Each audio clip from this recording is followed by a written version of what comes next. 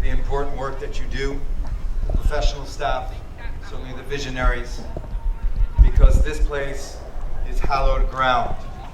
And memory, as you've heard, is becoming more and more important. And it has to become more and more active and less passive. As the survivors depart one by one an hour, we will be confronting a reality not too far from now, as Mayor Garcetti just mentioned so powerfully. But we won't have the first-hand accounts, and memory will have to compete in the noise in this world, in generations focus more on the I than on the we, and there's no I in the word Holocaust. We need to find ways to continue the lesson, to continue the memory, and to make sure that Yizkor, to remember, is not passive, but that it's active. Active for us as Jews, active for us as human beings in fighting racial intolerance, ethnic intolerance, wherever we see it, because that's where it began. And it happened to us. The unthinkable happened, and it happened to us. And when we think about the tragedy of 1 million Jewish children systematically killed, murdered in the Holocaust, 1 million out of the 6 million, and what those millions would mean today, not just for us, not just for the state of Israel, not just for Jewish communities around the world, but for humanity, we realize the extent of the tragedy and the loss. This year we commemorate 70 years since 1944, since the beginning of the deportations of Hungarian Jewry. This was very late in the war. This was years after whole Jewish communities were uprooted and liquidated.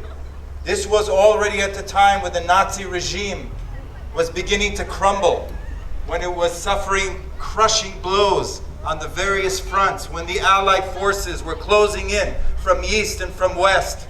Yet it didn't stop the Nazi extermination machine. And in 2 months, in the spring of 1944, 70 years ago, almost 500,000 Hungarian Jews were removed from their homes and from Hungary and sent to Auschwitz.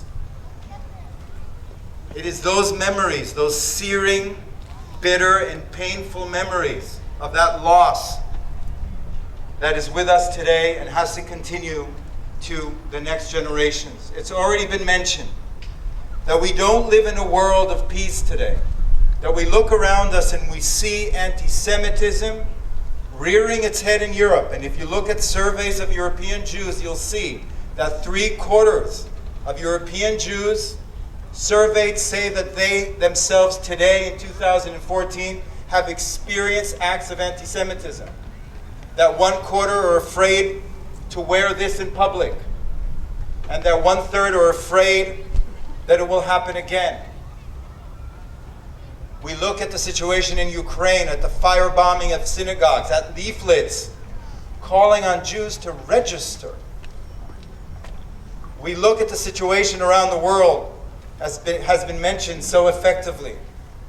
The situation in Syria, where civilians are being gassed, not a century ago, not 70 years ago, but today. And we realize that memory and vigilance, that never again cannot be passive statements. They have to be active, we have to be vigilant, and we as the state of Israel will always be vigilant for the welfare of Jews everywhere and for the welfare of human beings everywhere. The work that we are doing to heal those Syrian refugees that are able to come to Israel surreptitiously across the border, children without parents, that is the work of Tikkun Olam that I am so very proud to represent.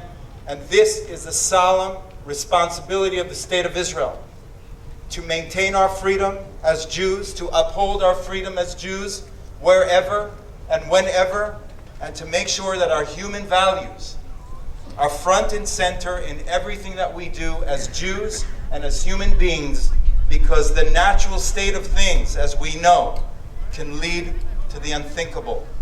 It is our responsibility and the importance of all of us gathered here today under this tent with our beloved surviving grandparents and great-grandparents is to continue inculcating these values and to fight every day to stop human injustice because we know where it can lead.